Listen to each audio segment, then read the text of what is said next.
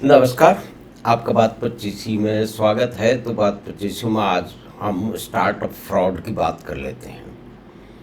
तो भारत में स्टार्टअप में किसी भी तरह के स्टार्टअप में फ्रॉड क्यों नहीं हुए और कब नहीं हुए। शुरू शुरू में जब इंडस्ट्रियलाइजेशन शुरू किया गया था और इंडस्ट्री लगाने के लिए लोन दिए गए थे, तो कितने सारे जो वेल कनेक्टेड आदमी थे उन्होंने फर्जी कंपनियां, फर्जी लोन लिए और पूरा का पूरा पैसा खा गए। अंत में जाके अगर कोई थोड़े बहुत बचे तो वो ज़मीन की 20 साल तक उनके केस चलते रहे, लेकिन उसमें ऐसा हुआ कि ज़मीन की कीमत, जो भूमि उन्होंने फैक्ट्री लगाने के लिए ली थी, उसकी वैल्यू बढ़ गई, तो उसको बेच बाच करके वो बाहर निकले। यानी कि देश में फ्रॉड इंडस्ट्रियलाइजेशन और पॉलिसी बदलने के बाद में वो आरंभ से ही शुरू हो गया कि वेल कनेक्टेड लोग हैं वो बड़े बड़े लोन ले लेंगे, क्योंकि उनके कनेक्शन बैंक में है, क्योंकि उनके कनेक्शन नेताओं के पास हैं, क्योंकि उनके कनेक्शन ब्यूरोक्रेट के पास हैं। और उसके बाद के अंदर फिर वो अपना पैसा इधर उधर लगा करके पूरी ज़िंदगी मौज करेंगे और सारा का सारा पैसा खा लेंगे। तो ये कोई नई बात तो है नहीं, लेकिन अभी एक बात ये शुरू हुई है कि एक कंपनी है जो कि सोलर के क्षेत्र में काम करती थी और ईवी भी चलाती थी, इलेक्ट्रिक मोबिलिटी से तो कार सर्विस चलाती थी। वो कंपनी डूब गई। वो कंपनी क्यों डूब गई कि कभी उसका शेयर 1300-1400 के आसपास होता था, अब 100-125 के पास पड़ा है। तो इसके बीच के अंदर ये है कि उस कंपनी का जो है वो आईपीओ भी आ गया और उन्होंने खूब अच्छी तरह से चांदी काट ली। तो भाई ये पूरी की पूरी जमात बैठी है ऑडिटर्स की, ये क्या कर रही थी। तो हमारे यहाँ तो जो ऑडिटर है या कि जो कि अकाउंट देखते हैं, उनका काम ही कुछ और रहा है।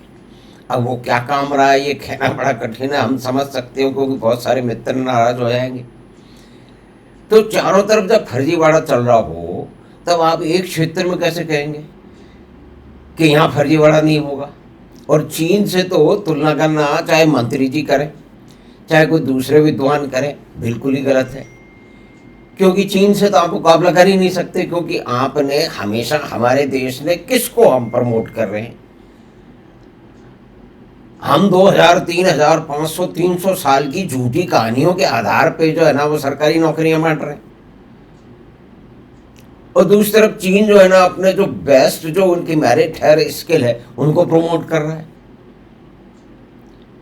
चीन ने हाई स्पीड ट्रेन नेटवर्क, मैं इस बात को बार बार दोहराता हूँ कि करीब 48,000 किलोमीटर के आसपास है, चाहे उसमें बुलेट ट्रेन भी हो, दूसरी हाई स्पीड भी हो, सारी की सारी बुलेट ट्रेन नहीं है, लेकिन 48,000 किलोमीटर का नेटवर्क उन्होंने पिछले 40-45 साल में खड़ा कर लिया है।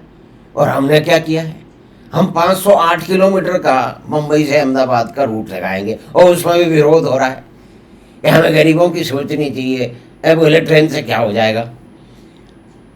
अरे भाई, आप, हमने इंफ्रास्ट्रक्चर का ढंग से डेवलपमेंट नहीं किया, हम मैन्युफैक्चरिंग में कहाँ से कम्पीट करेंगे। ट्रांसपोर्टेशन कॉस्ट और इंफ्रास्ट्रक्चर की जो एडिशनल कॉस्ट है वो भारत में बहुत ज़्यादा है। अब एक मित्र ने, जिनकी फैक्ट्री भारत में भी है और चीन में भी है, उन्होंने बताया कि मैं वही मशीन जो कि भारत में इस्तेमाल करता हूँ तो 4000 पीस बनाती है, उससे ज़्यादा साल में एवरेज बनाती ही नहीं है, लेकिन वो सेम की सेम मशीन चीन में 6000 पीस बना रही है। तो इसका कारण क्या है। इसके कारण बहुत सारे हैं कि बिजली कब आएगी कब नहीं जाएगी वो भी नहीं मालूम। दूसरी बात है कि भारत के जो वर्कर्स की प्रोडक्टिविटी बहुत कम है, तो उसका क्या करें। और फिर तीसरी बात है कि उनकी ट्रेनिंग नहीं हो, तो ट्रेनिंग तो करे कौन। भाई, इस देश में सारे लोग तो, करोड़ों लोग जो युवा हैं, वो तो कंपटीशन की तैयारी में, ऐसे कंपटीशन की तैयारी में लगे हुए हैं जिसके लिए उनके पास स्किल सेट ही नहीं है। कोई आईआईटी के लिए तैयारी कर रहा है, कोई डॉक्टर बनने के लिए तैयारी कर रहा है, कोई फौज में जाने के लिए तैयारी कर रहा है, कोई आईएएस बनने के लिए कर रहा है, कोई पुलिसमैन बनने के लिए कर रहा है, कोई क्लर्क बनने के लिए, सभी के लिए कर रहे हैं। मतलब वो एग्ज़ाम ही एग्ज़ाम देते चले जरा 5-5 साल, यानी कि आपके देश का 5 साल का समय और धन उस कंपटीशन की तैयारी में हो रहा है जहां 90% उस कंपटीशन के लायक ही नहीं है। तो ये भ्रम की स्थिति हमने क्यों पैदा की है? क्योंकि सबको सरकारी नौकरी चाहिए। तो ये जो हम पीछे हैं और हमारे यहाँ फ्रॉड है, तो फ्रॉड इसलिए होते हैं क्योंकि हम यहाँ फ्रॉडस्टर को सपोर्ट करते हैं। पूरा सिस्टम से जो फ्रॉड करने वाले हैं उनसे बेनिफिट होता है। अब ये जो सबसे बड़ी कंपनी जो सोलर की कंपनी है जेनसोल इंजीनियरिंग, इसके बारे में तो बहुत सारी बातें सुनती रही है कि जब वो इतने आईपीओ लगाने के बाद के अंदर और इतनी अच्छी सर्विस चलाने के बाद में भी वो बाज नहीं आया फ्रॉड करने से, कि वो फ्रॉड पेपर निकाल रहे हैं, फ्रॉड अकाउंट दे रहे हैं, सभी कुछ पूरा फ्रॉड कर रहे हैं। तो कंपनी साबित करने में कितना फ्रॉड किया गया होगा। IRDA से और PFC से उन्होंने बड़े बड़े लोन लिए, 1000 करोड़ के 900 करोड़ के लोन ले लिए हैं। उसमें से किया क्या है कि 50-50 60-60 करोड़ के फ्लैट दिल्ली में ले लिए हैं DLF के। तो ये लोग तो ऐसा तो नहीं है कि रातों रात, और फिर डेकोरेटेड आर्मी ऑफिसर के बच्चे हैं। तो ये फिर कल्चर क्या है? डेकोरेटेड आर्मी अफसर के बच्चे, इसके बारे में बहुत सारे लेख हैं कि बड़े स्मार्ट हैं ये लोग। तो निश्चय स्मार्ट तो है ही, क्योंकि वो इस सिस्टम को मिल के जानता है। इस जो है इस लात मारने वाले सिस्टम से दूध निकालना जानते हैं। भारत का तंत्र जो है उसमें दूध तो निकाला जा सकता, लेकिन वो गाय लात मारने वाली है। तो उस सिस्टम के पैर बांध के जो दूध निकाल लेंगे, जैसे जेनसोल वाले और दूसरे, तो वो तो कामयाब हो जाएंगे। वो करोड़ों रुपए लेकर के भाग जाएंगे। और कंपनी में जो कॉमन इन्वेस्टर है, जिसने 1300 रुपये में शेयर खरीदा होगा जेनसोल का, जिसने 1400, 700, 1000 में खरीदा होगा, आज तो उसके पैसे मिट्टी हो गए। और लोग कह रहे हैं कि साहब ये स्टार्टअप फ्रॉड है।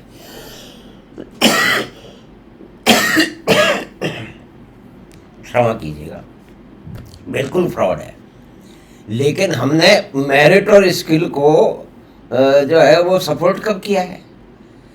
हमारे नेता आज भी जातिवाद की बात करते हैं कि जिसकी जितनी संख्या भारी उसकी उतनी हिस्सेदारी, यानी कि इस देश के रिसोर्सेज को संख्या के हिसाब से बांट दिया जाएगा। तो सब लोग तो प्रोडक्टिव होते नहीं है।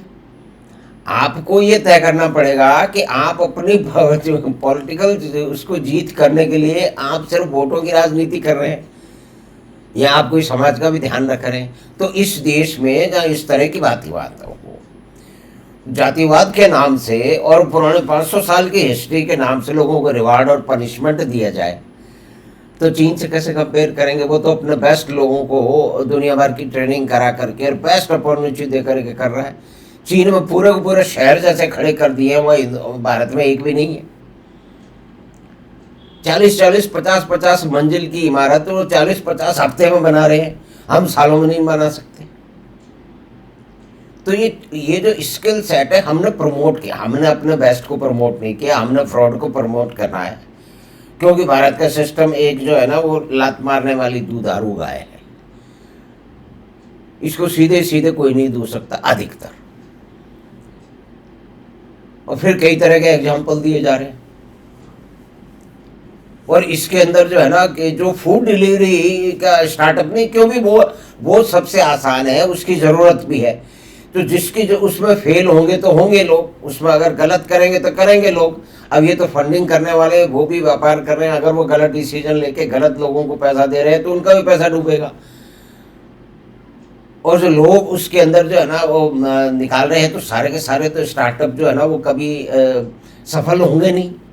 लेकिन हम किसको, हमारा तो शुरू से ये इतिहास है कि हम जो है वेल कनेक्टेड लोगों को उनको जो है वो जीवन भर के लिए आवेदन दे देते हैं। हमारी राजनीति परिवारों के हिसाब से चलती है, तो सब फिल्में परिवारों के हिसाब से चलती हैं, जुडिशरी परिवारों के हिसाब से चलती है, पार्टियां परिवारों के हिसाब से चलती है, फिल्में परिवारों के हिसाब से चलती है। यानी कि कनेक्शन, आपको कनेक्शन से बेनिफिट होता है। ऐसा नहीं है कि फिल्मों में बाहर के लोग नहीं आए हैं, लेकिन दादागिरी उन्हीं की चलती है। तो इस परिस्थिति में हम चीन से मुकाबला क्यों करें? हम कर ही नहीं सकते, हमें समय लगेगा। हम जब कम से कम जब तक 35,000 किलोमीटर का आप हाई स्पीड ट्रेन का नेटवर्क नहीं क्रिएट करोगे जो सारे के सारे आपके इनएफिशिएंसी जो उसको ख़त्म कर देगा, तो इसका मतलब ये है कि आप उसमें बेस्ट काम करोगे। जब हर जगह आप वर्स्ट काम करोगे, हर जगह आप कहानियों के हिसाब से रिवार्ड एंड पनिशमेंट करोगे, एक झूठे जो है वो कथानक के हिसाब से रिवार्ड एंड पनिशमेंट करोगे, सरकार में आधी नौकरियां इस हिसाब से देंगे, तो फिर चीन तो बेस्ट को बेस्ट दे रहा है, उससे हम कैसे करेंगे। इसमें बहुत सारे कंट्रोवर्शियल इशू हैं, उसमें कुछ ऐसी बातें हैं कि उसमें बात ही नहीं कर सकते आप, क्योंकि सीधी सीधी बात करो तो बहुत सारे जूते पड़ने के चांसेज हैं, इसलिए हम छुपा के कर रहे हैं। तो हमें आशा है कि छोटी सी बातचीत जो कि स्टार्टअप के फेलियर और चीन से कंपैरिजन पर हुई थी और फूड डिलीवरी व्यवस्थित थी। फूड डिलीवरी की ज़रूरत है, उसमें जो भी घुसेगा गलत प्लानिंग करके आएगा वो तो उसको तो नुकसान होगा, जो सही प्लानिंग करके आएगा वो आएगा। तो फूड डिलीवरी के जो स्टार्टअप हैं वो होंगे, क्योंकि हर क्षेत्र में चाहिए, हर शहर में चाहिए, तो वो स्टार्टअप फेल भी होंगे, उनमें से 10 में से 2 या 3 पास होंगे, बाकी मार्जिनल सक्सेस करेंगे। तो ये तो जीवन का नियम है, ये नियति का भी नियम है। सारे के सारे तो फर्स्ट आ नहीं सकते ना किसी क्लास में, 2 4 5 ही आएंगे, बाकी साधारण रूप से अपना काम चलाएंगे। और इसमें साधारण वाले हैं वो कभी आगे निकल जाएंगे और बड़े बड़े पढ़ाकू पीछे रह जाएंगे, ये भी होता रहता है। तो हमें आशा है कि छोटी सी बातचीत आओ स्टार्टअप फ्रॉड पे, सारे के सारे फ्रॉड नहीं है, हो भी नहीं सकते, लेकिन हमारा सिस्टम फ्रॉड करने वालों को सपोर्ट करता है। जब से इंडस्ट्रियलाइजेशन के लिए लोन देने शुरू हुए थे, बड़े बड़े लोन किन्होंने लिए थे, जो रियल एंटरप्रेन्योर है उन्होंने थोड़ी लिए थे, उनको तो बेचारों को पता ही नहीं चला, उनके पास तो सूचना नहीं थी। बड़े बड़े वेल कनेक्टेड लोगों ने जो कि राजनीति में और ब्यूरोक्रेसी में थे, इसमें दोनों लोग हैं, ब्यूरोक्रेसी और राजनीति, वो समेट के घर चले गए और फिर किसी तरह से अपना पिंड छुटाया, या नहीं तो और फर्जीवाड़ा करके वो तो आराम से माल चांदी कूट करके कहीं विदेश चले गए या कहीं और जगह हो गई, बड़ी बड़ी प्रॉपर्टियाँ कर रहे हैं, आज उससे लाख रुपए का किराया आ रहा है, उसी से उनके तीसरी चौथी जनरेशन मौज कर रही है। तो हमारा देश तो देखिए ऐसा ही है, हमारे यहाँ संख्या पे सारी बात होती है कि वोट दे दो, हमें वोट दे के जिता दो, हम आपको जीवन भर के लिए मौज करने की नौकरियां दे देंगे। जब इस सिद्धांत पे ये चलेगा तो इसके बहुत सारे आयाम हैं। तो हमें आशा है कि छोटी सी बातचीत आपको पसंद आई होगी, तो आप चैनल बात 25 को सब्सक्राइब करें और लिंक अपने मित्रों परिवार के साथ साझा करें। हम आपसे फिर मिलेंगे बात 25 की अगली बात में। धन्यवाद, नमस्कार।